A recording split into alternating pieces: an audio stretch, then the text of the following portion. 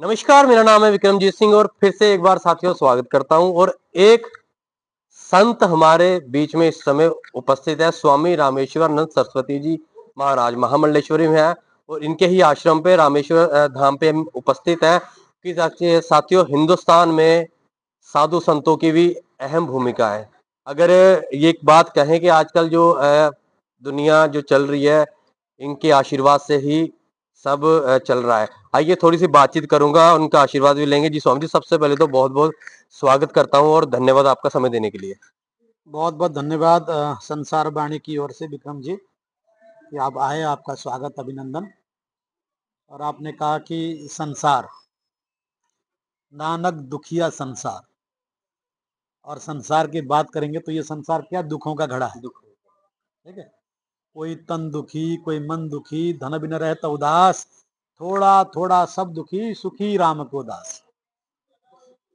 कोई संसार में किसी वस्तु से अभाव है, कोई किसी वस्तु से अभाव है, कोई किसी वस्तु से अभाव है। किसी को शिक्षा का अभाव है, किसी को धन का अभाव है, किसी को शरीर की स्वास्थ्य के अभाव है, कोई ना कोई अभाव में जी रहा है। परंतु परमात्मा ने विश्वोत्पत्त्यादि हेतवे, परमात्मा ने संसार को सृष्टि किया है, उत्पन्न किया है, तो कुछ न कुछ परमात्मा ने सोच के समझ कर ही किया होगा। इसको दो तरीका है। अगर इसको आप पॉजिटिव लेते हैं तो इससे बड़ा कलयुग केवल नाम आधार। इस कलयुग में परमात्मा के नाम अध्यात्म से बढ़कर कोई दूसरी वस्तु नहीं कही गई। सुखी होने के, यदि आप सुखी हैं, सुखी किसका है? आप मन से सुखी हैं, तन से सुखी हैं। और यदि आपके पास बहुत धन है, वैभव है, और आप मन से सुखी नहीं है, तो आपका कैसा सुख? और आपके पास अथाह धन है, मन ठीक नहीं है, और धन नहीं है और मन बहुत अच्छा है, तो धन तो क्या, कमाओ और खाओ। लेकिन जिसका मन, जिसने साध लिया, जिसने मन को कंट्रोल कर लिया, जिसने मन को सब अपना बना लिया, जिसको मन को समझकर उस मन में, अभी अभी आप कह रहे थे कि परमात्मा, जीवात्मा और आपने कहा ईश्वर और जीव और परमात्मा की बात कही। जी जी जी जी जी। ईश्वर क्या है? ईश्वर दिखता नहीं है, वो अविनाशी है, वो महसूस करने की वस्तु है। जीवात्मा क्या है? जो अंतरात्मा, वो भी दिखता नहीं, पर ये शरीर दिखता है, शरीर दिखता है। और ये शरीर को परमात्मा ने भेजा है हम सब के लिए, कोई ना कोई एक मार्ग बना के भेजा है कि हमको कोई अध्यात्म में जाएगा, कोई समाज में जाएगा, कोई भौतिकवाद में जाकर व्यापार करेगा, कोई राजनीतिक करेगा, कोई महात्मा बनेगा। राजनीतिक व्यक्ति राजनीतिक करके देश की सुरक्षा कर रहा है, व्यापार करने वाला व्यक्ति व्यापार करके जो ना देश को मजबूत बना रहा है। और कोई महात्मा, संत, सज्जन, ये लोग साधना करके, स्वाध्याय करके, चिंतन करके, सेवा करके, कोई गौ सेवा करता है, कोई गंगा सेवा करता है, कोई शिव सेवा करता है, कोई समाज की सेवा करता है, कोई दरिद्र नारायण की सेवा करता है, कोई गौशाला बना के, कोई पाठशाला बना के, कोई हॉस्पिटल बना के, कोई धर्मशाला बनाकर, कोई प्याऊ लगाकर, कोई पेड़ लगाकर, नाना प्रकार के हमारे सेवा के प्रकल्प है।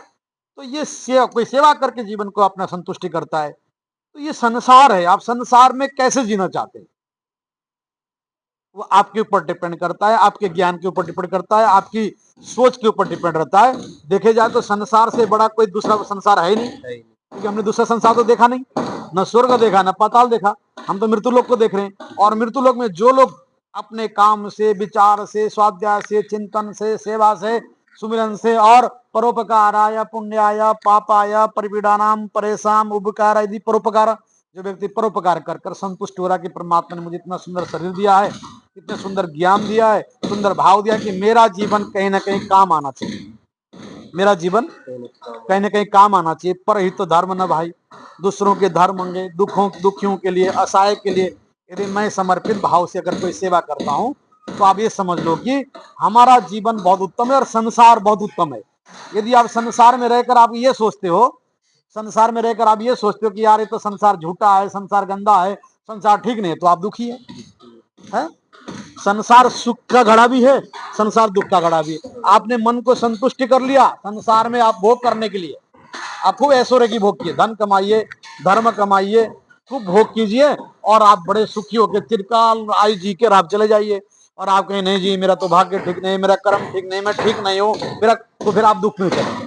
तो तात्पर्य कि आप जो भी काम आप करते हैं उसमें आपको संतुष्टि रहना बहुत जरूरी है। एक मिनट रुक जाओ भाई। उधर साइड कर दो ना, उधर साइड। मैं एक सवाल पूछूंगा हाँ जी। गुरु जी, अगर बात करूं तो जैसे अभी कलयुग की बात की है, तो किस चरम पर है? क्या अंत है ये कलयुग का? क्या कहेंगे? नहीं, कलयुग के 32 लाख वर्ष की कलयुग है। अभी कलयुग प्रारंभ है। कलयुग के 5000 वर्ष हुए और इस 5000 वर्ष में हम इतनी विकृतियां देख रहे हैं और आने वाला कलयुग कैसा होगा। परंतु इस कली काल में जो सेवा करता है, जो सहयोग करता है, वही बहुत परमात्मा के प्रति विश्वास रखता है, वही अपने जीवन को सुख से जीता है। और जो कहेगा जी कलयुग है, कलयुग है, कलयुग है, रोता जाएगा, तो जीवन वो रोता ही चला जाएगा। कलयुग से बढ़िया कोई युग नहीं है। आपने देखा होगा कि सतयुग में हजारों वर्षों तक तप करने के बाद भगवान नहीं मिलते थे, दर्शन नहीं होते थे, एहसास नहीं होती थी, सिद्धियां प्राप्त नहीं होती थी। द्वापर में, त्रेता में, सतयुग में। परंतु कलयुग केवल नाम आधार। कलयुग में तो आप सच्चे मन से जाकर गंगा स्नान कर लीजिए, सच्चे मन से जाके गौ सेवा कर लीजिए, सच्चे मन से जाके किसी संत का संग कर लीजिए, सच्चे मन से जाके शिव सेवा कर लीजिए, और आपने मन से जो भी आप राम को मानते हो, कृष्ण को मानते हो, किसी को भी मानते हो, अल्लाह को मानते हो, गुरु को मानते हो, आप जिसको भी मानते हो, उसके प्रति निष्ठा रखकर यदि काम करते हैं, आप संतुष्टि होते हैं, तो इससे बढ़िया कोई युग ही नहीं है। इससे बड़ा कोई युग ही नहीं है। इसलिए मैं तो समझता हूं कि हमें परमात्मा ने इस युग में भेजा है, इसे मृत्यु लोक में भेजा है, कलयुग में भेजा है। तो इस कलयुग में अध्यात्ममय, समाजमय, समाज की सेवा करते हुए जीवन को सार्थक बनाने के लिए ही कलयुग मिला है। अगर बात करूं तो मृत्यु सत्य है, जीवन झूठा है, इसके बारे में क्या कहेंगे? बहुत अच्छी बात की। मृत्यु क्या है? मृत्यु किसकी? न जायते व मृत्यते कदाचन। आत्मा तो मरता ही नहीं है, मरता तो शरीर है। जैसे आपने कपड़ा गंदा हो गया, इस कपड़े को आपने उतार दिया, नया वस्त्र पहन लिया, उसी प्रकार से न जायते व मृत्यते कदाचन। भगवान सीता गीता में कृष्ण कहते हैं कि आत्मा तो कभी मरते नहीं। ईश्वर अंश जीव अविनाशी। जो आत्मा है वो ईश्वर का अंश है। जो ईश्वर का अंश है, जो ईश्वर मरता नहीं, तो आत्मा भी नहीं मरेगा। नैनम ससराणी नैनम दाति पावक। अब जो आत्मा है, न जलता है, न मरता है, न उड़ता है, न बहता है। आत्मा तो अमर है, अजर है। वो बार बार अपने कर्मों के आधार पर चोला बदलता है। हमारे यहाँ 84 लाख योनि है, कीड़ पतंग पशु पक्षी इत्यादि योनियों से अंतिम हमको जो मानव जीवन मिला है, वो मानव जीवन इसलिए मिला है कि हम अपने जीवन का उपयोग करके आवागमन के चक्रों से मुक्त होकर परमात्मा में विलीन हो जाएं। जिस प्रकार से समुद्र में गई हुई नदी, हिमालय से जो नदी निकली और समुद्र में जाके मिल गई, तो समुद्र से पहले तक तो नदी का महत्व है कि नदी है, जैसे समुद्र में मिल गया उस नदी का कोई महत्व नहीं। उसी प्रकार से जो हमारा जीव आत्मा है, जो परमात्मा में जाकर विलीन होता है, उसको मोक्ष कहते हैं। 84 लाख योनियों में से मानव जो जीवन है वो अंत है उसका। सबसे उत्तम कोटि माना गया है। अब यहाँ से पतंग हो जाएंगे, फिर कीड़ पतंग पशु पंक्षी बनेंगे। इसलिए मानव जीवन ही सबसे सर्वोपरि माना गया है।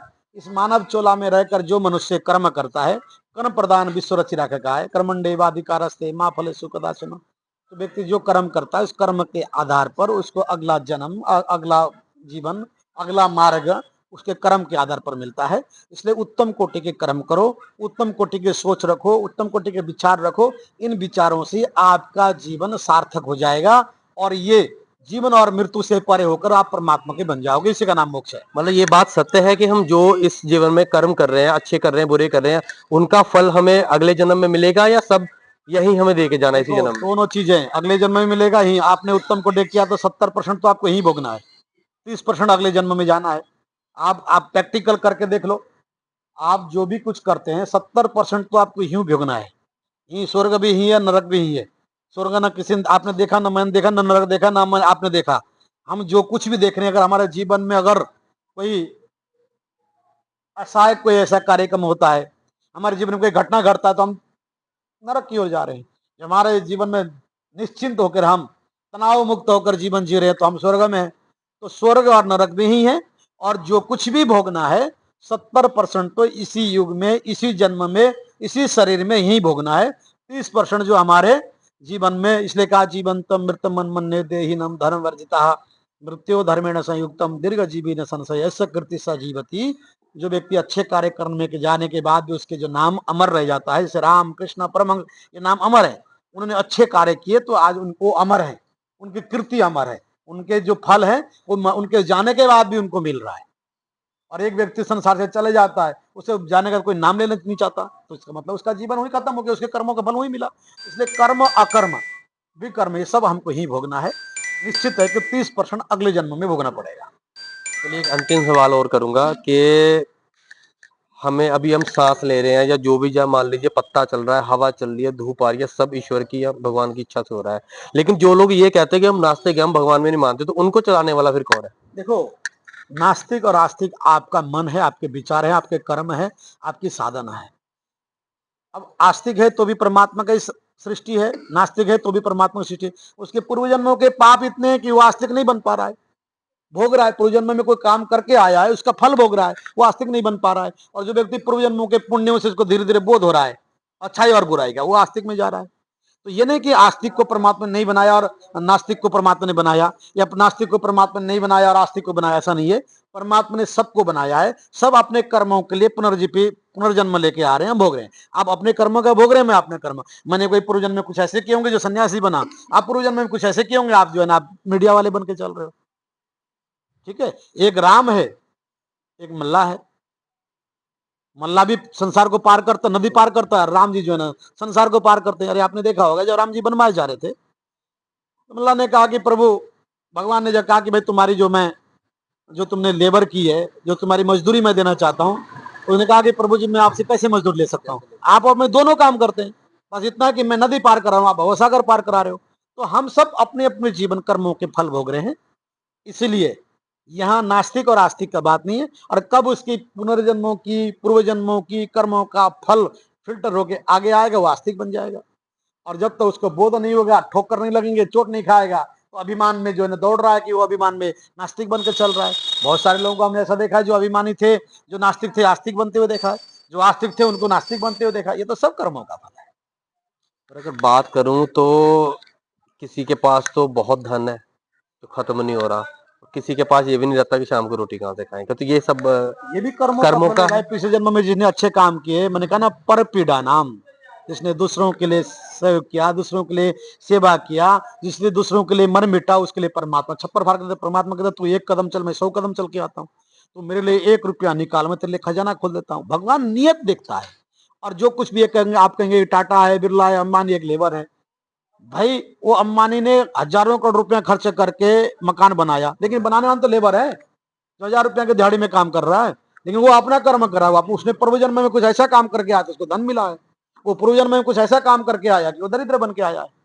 हर व्यक्ति को अपने कर्मों का फल है। यहाँ कोई परमात्मा को दोष नहीं है, स्वयं अपना दोष है कि हमने क्या कर्म किया है। उस कर्मों के आधार पर हमारे धन, यश, अपयश, जीवन, मरण, ये सब प्रकृति के अधीन है।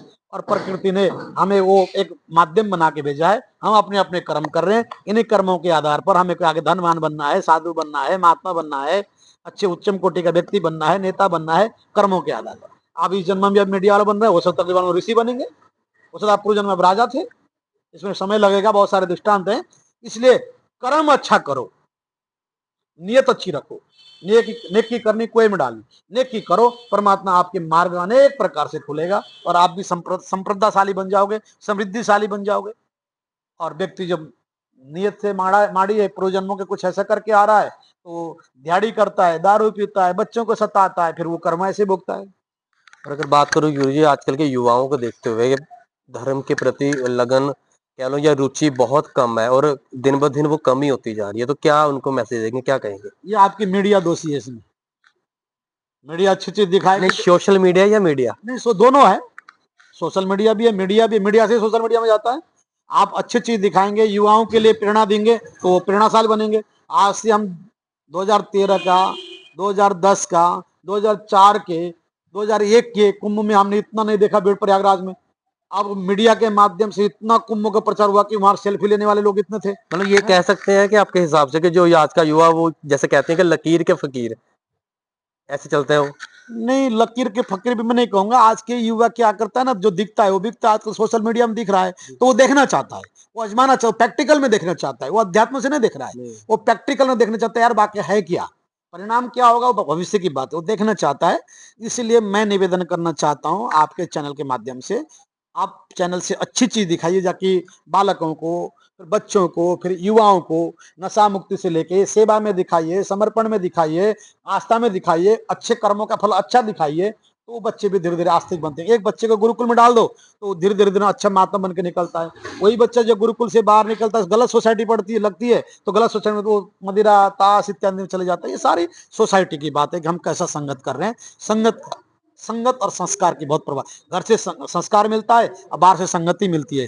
संस्कार और संगति हमारे जीवन में युवाओं के लिए, बच्चों के लिए बहुत मायने रखता है। तो मैं सोशल मीडिया के माध्यम से कहना चाहता हूँ कि अच्छी चीजें दिखाएं बच्चों को, जिससे कि बच्चे अच्छे बनकर हमारा राष्ट्र समृद्धिशाली बने, आस्थावान बने। हमारा राष्ट्र विश्व गुरु कहलाया है। इसीलिए कह रहा है कि इसने पूरे विश्व को एक मतलब एक सोचनीय शक्ति, चाहे आप कंप्यूटर को मामले ले लो, चाहे आप डॉक्टर्स को लेके ले लो, चाहे इंजीनियर को ले लो, भारत ने सबसे पहले मुकाम हासिल किया है। अध्यात्म में मामले में देख लो, भारत इसलिए अध्यात्म में गुरु कहा गया है। तो धीरे धीरे हम अपने कर्मों के द्वारा नास्तिक बनते जा रहे हैं। मुझे विश्वास है कि ये मीडिया थोड़ा सा, आप लोग थोड़ा सा ध्यान देंगे तो आने वाली पीढ़ी फिर हम बहुत आनंदमय अपने भारत को फिर विश्व गुरु और समृद्धिशाली बनाने में सहयोग करेगा। हम समृद्धिशाली बनेंगे और हम भाग्यशाली हैं कि हम भारत में पैदा हुए, जिस राष्ट्र में राम कृष्ण परमहंस जैसे बुद्ध महावीर ने जन्म लिया और जहां भारत को मां कहा जाता है, इस धरती में हम जन्म हुए, तो हम सौभाग्यशाली हैं।